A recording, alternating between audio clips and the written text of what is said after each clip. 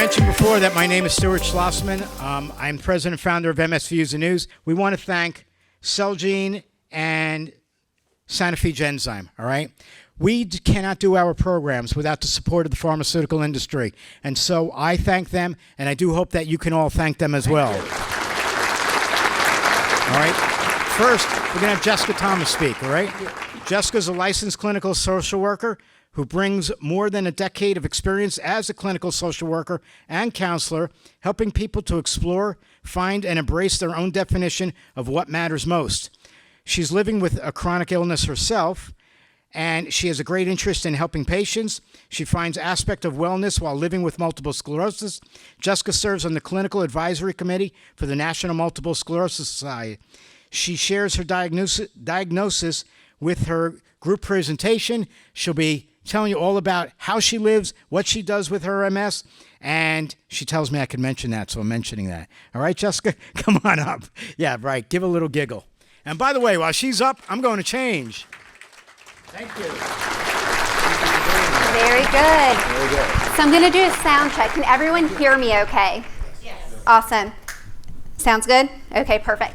So I am here today. I am very grateful. I've been a part of MS News and Views before when we've been in South Carolina, and I was excited to see that we were going to be at a different location this time. This is an awesome opportunity to really learn more, and I encourage you to look up MS News and Views. Get very familiar with their YouTube channel. There's a lot to learn. So I'm going to talk a little bit about the gifts of balance, the gifts of wellness, and the gifts of resilience. This is really good time and timing to talk about these because we're in the midst of the hustle and bustle of the holiday season, right? Just a few days away. How many days now? A week? Okay, so before we get started, I just want to share a little bit about myself. So I think my story in numbers is much more interesting. 15 years ago, my husband and I got married, and he is wonderful. He's just at home tonight at work. And so for 15 years, I've been married. 14 years is the amount of years that I've been living with MS. I was diagnosed when I was 26 years old and a newlywed. 13 is the number of years that I decided to go from as being a social worker in child welfare to helping people live well with MS. And you know what? 13 years ago, I was still figuring out myself. And maybe I still am too. So some of the tools and resources that I'm going to give you today are things that I'm still perfecting. 12. That's the number of years that my son has turned this year. He's upstairs. He's too cool for me right now, but I have a 12-year-old, and he brings us a lot of joy. And then 40, I just threw that there. I turned 40 this year, and that seemed like a milestone. So that's a little bit about me. But what matters the most to me is really helping people navigate MS. And I think there's one way that we navigate it, but the emotional way that we navigate this disease is what I'm talking about and what I really enjoy helping people with. So we're going to talk about these three gifts, and I want you to think of it from a perspective of things that you can do for yourself, the gifts that you can give yourself to have balance, to foster resilience, and then to find aspects of wellness. So the gift of balance. Does this guy look familiar? What perhaps could Santa know about balance during the holidays? I'm going to tell you. So here's an acronym, and it can be very helpful to remember when you're thinking of balance. Now, how many of you out there are struggling with a sense of balance right now? It's a very common thing, especially this close to the holidays, but generally in life too, it can be hard to find balance. So we're going to say Santa. So the S, simplifying. Simplifying decorations, maybe simplifying celebrations, simplifying how things used to look, and maybe making some changes to make them a little bit easier. I want to ask, has anyone made anything, like any accommodations or simplified something that they did this year? You have, so someone... 1 dozen cookies instead of 10 dozen. Awesome, that's a great example. 1 dozen cookies instead of 10 dozen. I love it. So, oh, and you can go, sir, too. I was going to say, at work, I try to take on less or fewer extracurricular activities. So taking on less activities during work, and then we'll go with you, and then we'll move on. My daughter's hosting it this year. Awesome, so you're changing who hosts the holidays. That's a very good way to simplify, right? So S is for simplify. A is for ask. Ask for help. Often, we want to do it all. And there's a sense of pride. I'm going to do this gathering. It's going to be me. I'm going to cook the whole meal. I'm going to clean up. I'm going to manage all the other things in the party. Ask for help this holiday, especially if you need it. And if you're not the one that needs help, ask if you can help. And encourage your loved ones to ask if you need help or if they can pitch in, but to foster that kind of that language and dialogue, because that's going to help get the family involved and not put everything on your shoulders. N is for number. Numbering our time commitments, our things that we have to do, our obligations. Do you ever get overwhelmed by the amount of things and yeses that you've said to, and then all of a sudden you're like, good gosh, we're kind of busy this week? Has that ever happened to anyone? So numbering your commitments, saying yes to the ones that matter, that are meaningful, but maybe the ones that maybe are not as meaningful, backing out of those. And so maybe giving yourself permission to say no, or how about after the holidays we catch up? T is for time. Take the time to do the things that are important to you this holiday season. Because at the end of the day, that's what matters. Slow down. The other day, I could be quoted. My son plays baseball, and we go back and forth to a lot of different games and practices, actually, this time of year. And I said, I think when we go home, I'm just going to sit under the Christmas tree and look at the lights, because I just felt like I haven't slowed down enough to look at the lights, and I love to do that.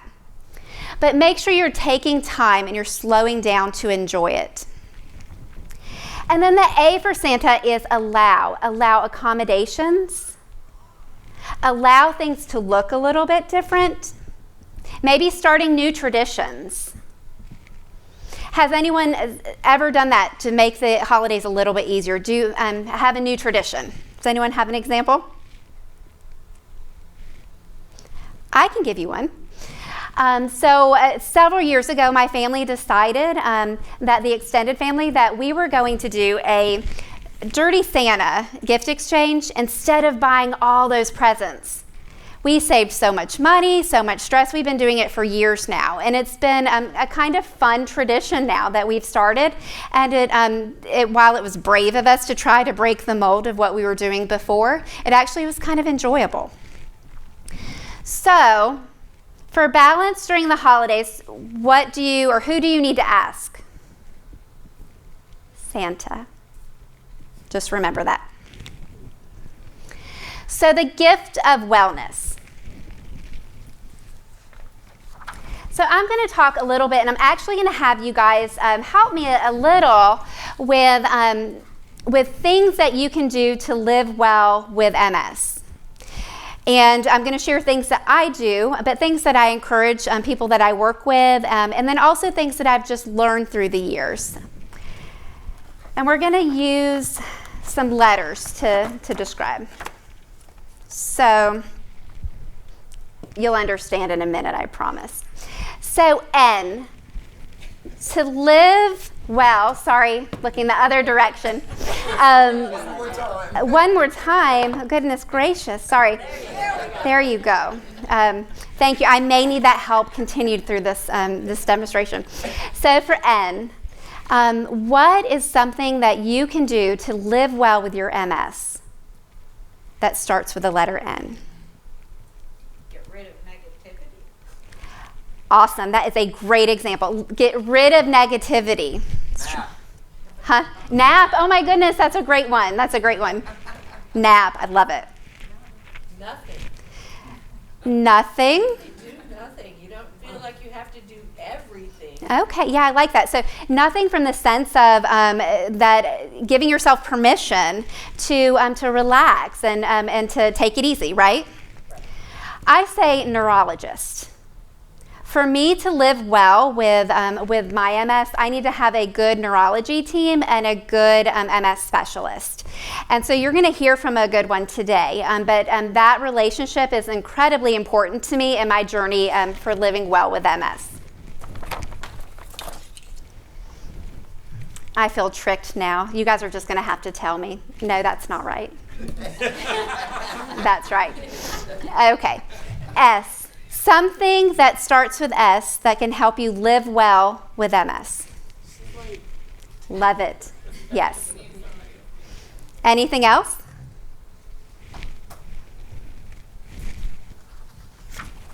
Stress management. But sleep is actually what I would say too. For me, sleeping well helps me, it helps reset, right?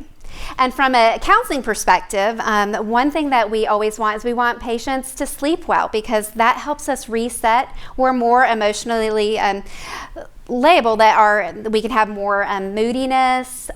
We don't start our day in a good mood usually when we haven't slept well. And I know from like a cognition standpoint, from a fatigue standpoint, if I'm not sleeping well, I have a hard time during my day.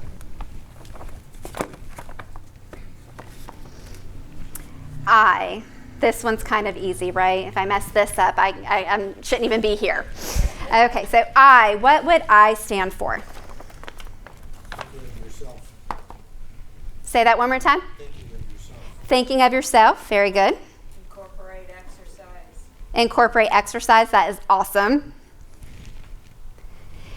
I say invested in your health care.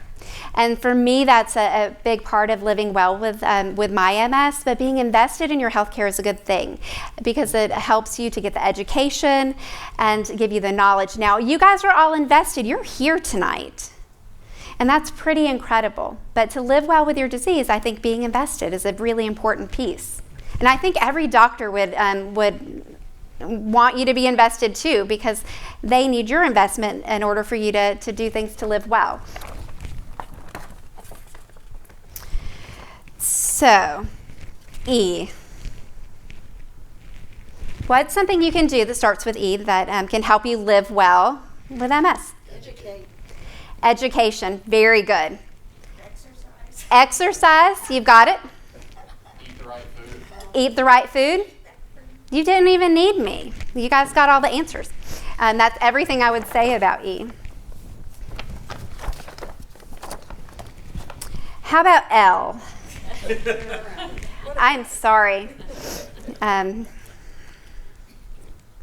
guys will remember me though. Love yourself.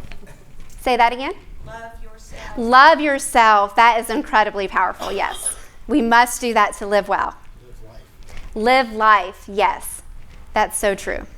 Give yourself permission to be lazy. Give yourself permission to be lazy. Like it. I say letting go as a part. Letting go, and I think in the concept of letting go of how things were supposed to look like or should have looked like or used to look like and embracing the now.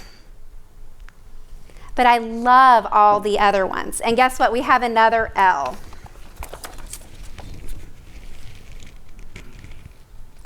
Does anyone, please.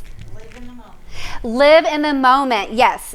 If you're living in the moment, you're embracing things and you're mindful. Yeah. Yeah, kind of the same, but a little. I think to live well with MS, I know for me, loyalty to my healthcare treatment plan. And so my doctor and I, we work together to come up with a good treatment plan that works for me, but loyalty to that, loyalty to the things like eating well, exercise, those things that are going to help make my experience better.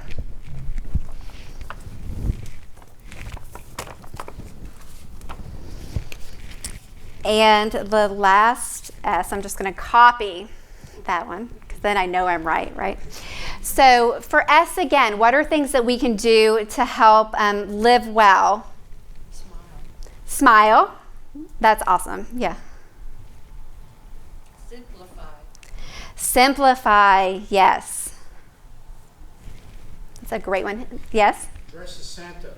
Dress as Santa, because if you're Santa, you have a lot of people loving you, and that can help you live well too, when a lot of people love you. I also say supportive therapies.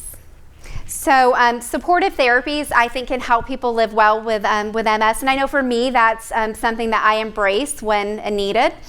And supportive therapies can be like counseling. It can be, I was just speaking to someone who specializes in pelvic floor exercise or problems with bowel, bladder, etc.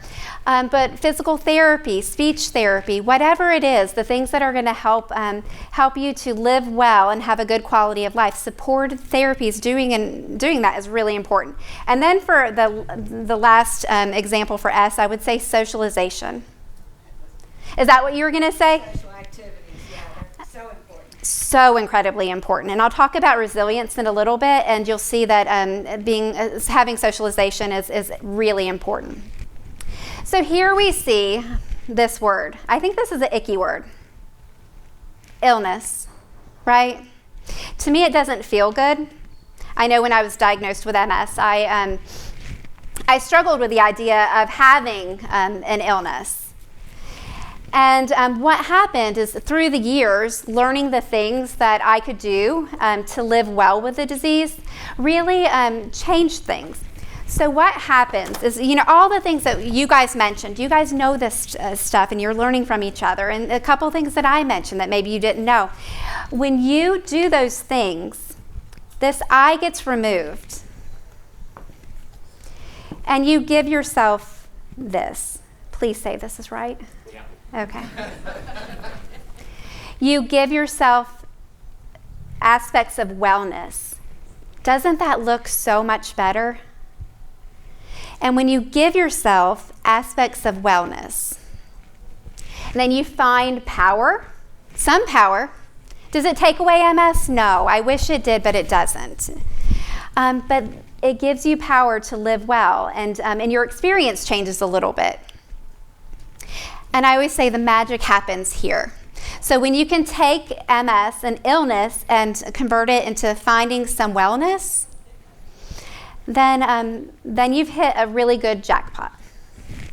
And wellness is always a continuous thing that you're tweaking, you're working with your doctor, you're continuing to work on. And then, if you think about it, the we means that you're not alone. So if we can take the I out of illness, right, and embrace things like this, like MS News and Views, like organizations that are here to help your community, your peers, you realize you're not alone. So I'm going to move on to the gifts of resilience. And these are, Stuart asked for me to talk a little bit about strategies and perspectives of living with MS in a busy world. And I'm really passionate about resilience because resilience are things that everyone can do that can change some aspects of our experience. It doesn't change the disease, it doesn't change some of the symptoms, but it can help with mood and can help with overall experience. So strategies of resilience, and we've talked about this a little bit for some of these. So sleep. When you get enough sleep, you're resetting your body.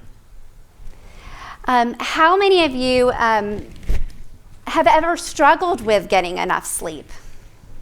Yeah, I see a lot of hands because this is a very normal thing.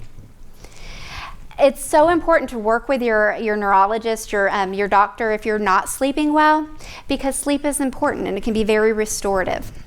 From a mood perspective alone, it can help you be more resilient. I know if I don't get enough sleep, my family would call me a major grumpy pants.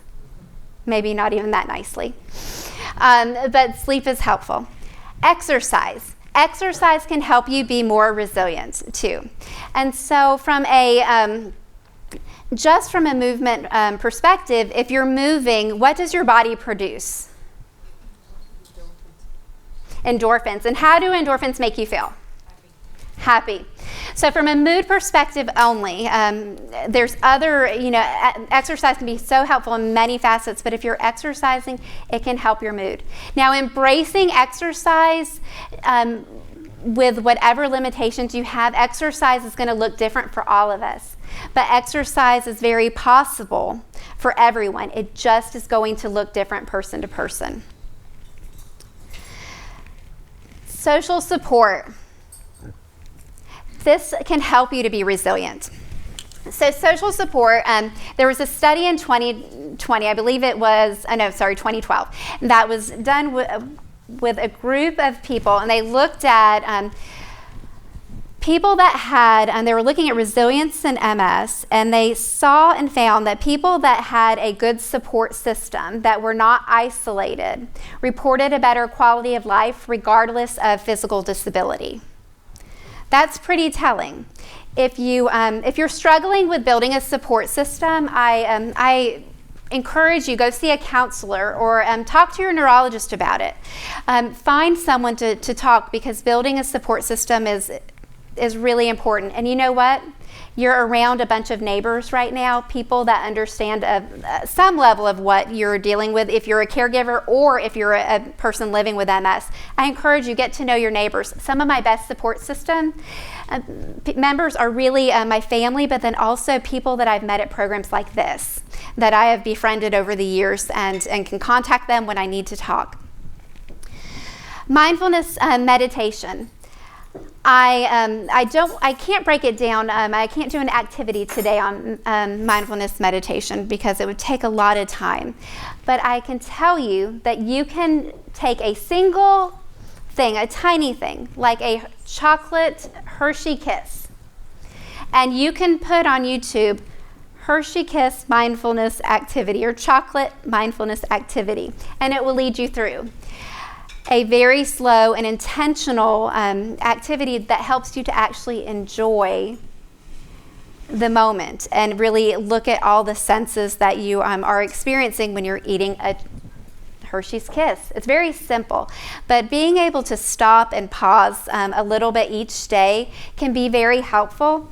And there are studies that have proven that that's helpful for depression. So if you're dealing with depression, looking into resources for mindful meditation. Then practicing gratitude. Now this is something I can personally talk about, because this is something that I wanted to see if I could put into my life a little bit better in practice. I feel like Thanksgiving comes around and we're always so easy and so quick to say, I'm grateful for my family, I'm grateful for, my health has been pretty good this year. But I wanted to find out, how do I start every day, and how can I find gratitude in every day? So this is what the strategy that I use. It might not be the best strategy for you, but I want you to think about how you can implement this. So I wake up in the morning and I think to myself, what is it today that I can be grateful for? Just because I am asking myself that very question, I'm automatically doing a little bit of cognitive reframing. I'm changing how I'm going to look at things, right? Now, things to be grateful for are very small things for me. I usually don't look for big, incredible, huge events because those are few and far between. I look for the small things. And because I'm looking at things every day, like I wonder what it is that I can be grateful for as I'm starting my day, I think about all my experiences throughout the day. And then usually in the evening, I record one, kind of my most favorite. And so on my ride here, I'm from High Point, North Carolina, so I had a little bit of a drive. I was very thankful that when my son finally kind of got enough energy and woke up, we had a really good conversation about school. It's not a very common thing with a 12-year-old to have sometimes, but he was very, started to just really talk and be open. I thought, I'm really grateful for this conversation. And I was also grateful that it wasn't raining like crazy, because I was expecting that too. But my hope is that you can wake up in the morning, ask yourself, what is something that I can be grateful for today? Continue to think about that as your day goes on. Capture the small things, and at the end of the day, document, write down somewhere what it was that you were grateful for. Post-traumatic growth. So this is when something, a mindset change. So it's when something bad happens, that instead of being caught up in the bad that happens and the outcomes, I want you to ask yourself, what is it that I could learn from this? Or what is this teaching me? Now, I know that life has actually a lot of really hard things, and sometimes asking yourself that question can be really tough. But if you can apply that strategy, it can be incredibly helpful. Creating a mind shift. So whenever you're super stressed out, I want you to implement this one thing. I want you to step back and ask yourself, is this an inconvenience or a catastrophe? One of the most powerful things you can do, because often we have inconveniences all the time, don't we? If you're just living and human, you have them all the time. But with MS, we have a little bit extra sometimes. And so making sure that you ask yourself that, because if you can identify a true inconvenience as an inconvenience, you gave yourself power, because you can handle an inconvenience. Catastrophes are a little bit harder, and luckily they don't happen as much. And then practicing optimism. People that practice optimism tend to feel happier. Makes sense, right? Having a purpose or meaning in life. This is an important one. I've worked with people that have had to retire, that have had to go on Social Security disability, that willing or not have had to change their purpose. But having a purpose, something to do, some way that you feel like you're contributing, this can help you to be very resilient. Practicing forgiveness. And when I mention this, I mean practicing forgiveness from a sense of your MS. Forgiving your body sometimes for not doing what you want it to do. I know I have to forgive my body often for not having the energy that I wish that I had to do some of the things that I would love to do. Sometimes I can tweak that and sometimes I can't, but I have to forgive it, right? Because I can't just stay mad at it, and if I stay mad at it, then I'm missing out. And then identifying and deploying signature strengths. We all as individuals have things that make us who we are, and that's especially special. And I personally think it's selfish to keep them to yourself. But to do things that you that are both enjoyable and that you're interested in can be very helpful, especially with depression. So that's the gift of resilience. Now I want to go to the gift of energy conservation. How many of you struggle with MS, struggle with fatigue? Okay. For me, that's one of my main symptoms. And it's a hard one because it challenges my energy, it challenges my mood sometimes, it challenges my cognition. But this is something that I've learned that I can give myself, again, some power. I've changed the way I look at energy, and I look at how I control it. So how many of you have heard of the spoon theory? Okay, good. One day, my wish for Santa is that everywhere I go, and I ask, who's heard of the spoon theory, that everybody will raise their hand. And that's just not the case yet, but there's actually a lot of people that raise their hands. I'm very thankful to hear that. If you have not heard of the spoon theory, I want to let you know that you can Google this. It's on Google, But I'll share a little bit. So the idea, the concept of the spoon theory is that we all wake up each morning, each day, with a set amount of energy. And each spoon, essentially, so here there's 6 spoons in this picture, represent one increment of energy. We spend our energy differently. It takes us more spoons to do some things than it takes another person. But I'm going to walk you through an example. So I always say I have 8 spoons of energy. That may seem like a lot, but my husband has 16, and my son has like 25, 26. And so, but it's my responsibility to find a way to spend my energy in a way that allows me to do the things that I love, but then also to conserve my energy too. So when you're asked at the holidays to make that really good casserole that you know takes a long time and a lot of energy, I want you to ask yourself, will that take a spoon away from me? And is it worth it? So when people ask you to host the family party, how many spoons will that take away from me? But I want to encourage you to look this up, to learn a little bit more about it, and to know that although with fatigue, we can't control everything, if we understand the amount of energy we generally have in the day and the things that we can do to help it, like exercise, eating well, etc., then we can learn to live as well and as good as possible with the set amount that we have. And so for the time being, I'm accepting that I have 8 spoons of energy, and while some people here may have more than me, and my husband and son definitely do, I'm going to have a pretty good life with 8. So we're going to wrap this up. Christmas theme, right?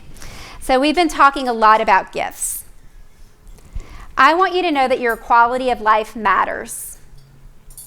Matters pretty big. I want you to be talking to your doctor about it. I want to make sure that you are communicating the things that are important to you.